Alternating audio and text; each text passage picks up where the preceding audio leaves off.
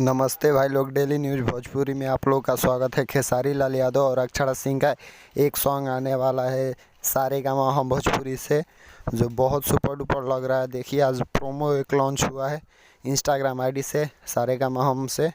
और देखिए, पूरा तहलका मचा कर रखा है यूट्यूब पर, जहाँ देखे तहाँ यही छाया हुआ है। खेसारी लाल यादव और अक्षर सिंह का यह दूसरा धमाका है। पहला धमाका आया था तो बहुत हाहाकार मचाया था, पानी पानी था जो। और इसमें तो खेसारी लाल यादव और अक्षर सिंह दोनों ने गाना गाया है। उसमें सिर्फ खेसारी लाल यादव का डांस ही था। यहाँ इसमें आप लोग का दोनों देखने के लिए मिलेगा। और बहुत जल्द इसका टीजर आने वाला है सारेगामा हम भोजपुरी पर।